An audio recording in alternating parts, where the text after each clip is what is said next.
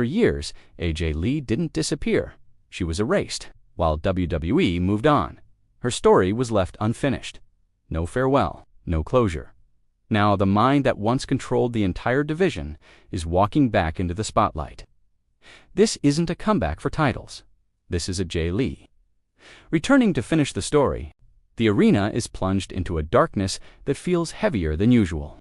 It isn't the standard commercial break blackout or the dimming lights of a technical glitch. It is a suffocating, deliberate void. For a few seconds, the thousands in attendance sit in a confusion that teeters on the edge of anxiety. In the world of professional wrestling, silence is usually the enemy. But here, the silence is a weapon. It builds tension, tightening the chest of every fan who remembers a specific era, defined not by polish and grandeur, but by rebellion and chaos. Then, the static hits. It's a sound that hasn't been heard in a decade, a jarring electronic scratch that cuts through the silence like a knife. The reaction isn't immediate. It takes a heartbeat, a singular moment of collective processing before the realization crashes down. The roar that follows isn't just noise. It is a mixture of disbelief and nostalgia. It is the sound of a ghost materializing in the center of the room. When AJ Lee steps through the curtain, she doesn't skip. The erratic, youthful energy that defined her rise is gone, replaced by a terrifying calmness. She walks to the ring not as a returning hero, but as an inescapable consequence of history. Think about the way she left. One day she was the focal point of the division, the woman who wore the butterfly belt but spoke with the venom of a champion who despised the very system she ruled. The next day, she was gone. There was no retirement speech filled with tears and flowers. There was no Hall of Fame video package set to sentimental music. She simply evaporated. The machine continued to turn. The Divas era was rebranded, the Revolution was televised, and new stars were born on the foundation she helped pour. But the architect was never invited to the opening ceremony. As she stands in the center of the ring now, gripping the microphone, the air changes. The current roster, watching from monitors in the back, feels a shift in the tectonic plates of the industry. This isn't a legend returning for a nostalgia pop or a quick merchandise check. Her eyes betray a singular, focused intent. She looks around the arena, soaking in the chanting of her name, but she doesn't smile. She nods, almost imperceptibly, acknowledging that the erasure failed. They tried to scrub the archives, they tried to move the timeline forward, but the fans never forgot. She is the glitch that the system couldn't patch out. And now the glitch is holding a live microphone. The landscape AJ Lee walks back into is unrecognizable from the one she departed. When she left, she was a singular force fighting against a tide of indifference, battling for screen time in a world that treated women's wrestling as a bathroom break.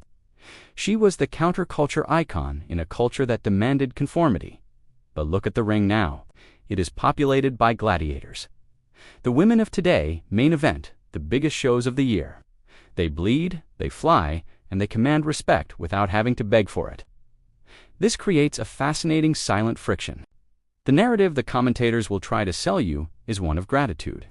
They will say, AJ is here to marvel at what has been built. But looking at her body language, the story is far more complex. She is walking through a house she designed only to find that the new tenants have changed the locks and repainted the walls. There is a palpable sense of ownership in her gaze. She sees the revolution that was marketed by the company, and perhaps she sees it as a sanitized version of the war she actually fought. This is where the drama begins to unfold, not with a punch, but with a look. Imagine the locker room. The current champion's women who grew up idolizing the girl with the Chuck Taylors are now faced with the reality of the person, not the poster. There is an inherent tension between the memory of a hero and the threat of a rival. AJ represents a bridge to a past that was gritty, unpolished, and dangerous. The current era is high definition, athletic perfection. AJ is the scratchy vinyl record playing in a room full of digital streams. The audience senses this disconnect. They aren't cheering for a match. They are cheering for the collision of philosophies. AJ Lee didn't wrestle to have 5-star athletic contests. She wrestled to disrupt the status quo. She used words to dissect her opponents psychologically before the bell even rang. The current generation solves problems with athleticism. AJ solves them with manipulation. As she circles the ring, looking at the current champion, we realize that she isn't impressed by the gold. To AJ, The championship belt is just a prop. The real power lies in influence. She is looking at the roster not as peers, but as unfinished projects. She sees the potential, but she also sees the complacency that comes with acceptance. She thrived in rejection. They thrive in adoration. That fundamental difference is the spark that is about to ignite a wildfire. She isn't here to join the revolution. She is here to remind them that revolutions are messy, violent, and never truly over. The architect has returned, and she is checking the foundation for cracks. Why now? That is the question, echoing through the dirt sheets and the message boards. Why return, after so long, when the legacy was already sealed in amber? The assumption is always the same: one last run, one last title reign, one last moment of glory in the sun. But as Ajay begins to speak, it becomes clear that her motivation is far darker and more compelling than simple vanity. She doesn't want the gold, she wants the soul of the division.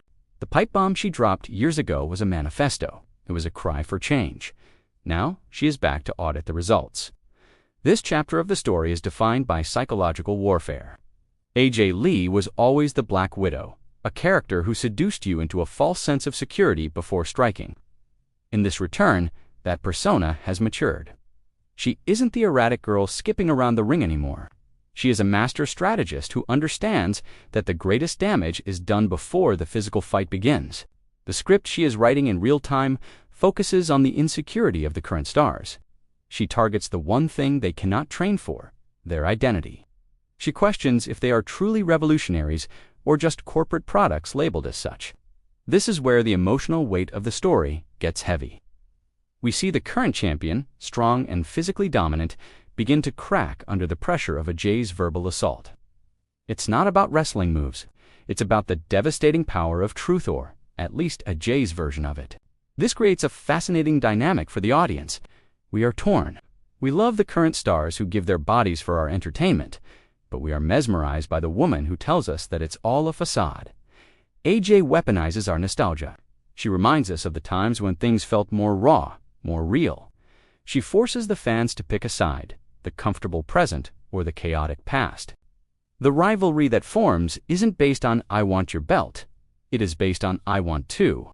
Break your spirit. AJ positions herself as the final boss, not of the wrestling ring, but of the wrestler's mind. She is testing them. If they can't handle her words, how can they handle the weight of the legacy she left behind? She is the storm that tests the integrity of the shelter. The audience watches, captivated, as she systematically dismantles the confidence of the locker room. Not out of malice, but out of a twisted sense of tough love. She is demanding they prove they are worth the sacrifice she made years ago. And she won't accept a good match as proof. She demands a killer instinct. The conflict escalates. The promos have been cut, the lines have been drawn, and the psychological toll is visible on everyone involved. The narrative has moved past the shock of the return and settled into the gritty reality of the feud. The stickman animation here would show the isolation of the champion standing atop a mountain of gold, yet feeling smaller than ever while AJ stands in the valley, casting a shadow that swallows the mountain whole. This section explores the burden of the idol. The wrestler facing AJ Lee is likely someone who was inspired by her to lace up a pair of boots in the first place. There is a profound tragedy in having to destroy the thing you love. AJ knows this. She leans into it. She forces her opponent to make a choice: remain a fan or become a killer. To beat AJ Lee, you cannot respect her. You have to end her. The build-up to the final confrontation feels less like a sporting event and more like a cinematic climax.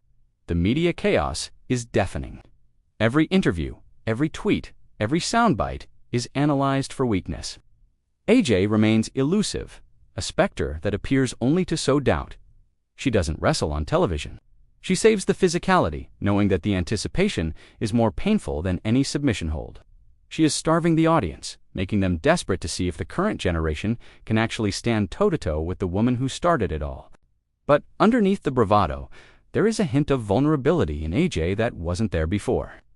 The camera catches fleeting moments of wince, a deep breath, a look of exhaustion when she thinks no one is watching. We are reminded that she is human. She has been away for a long time.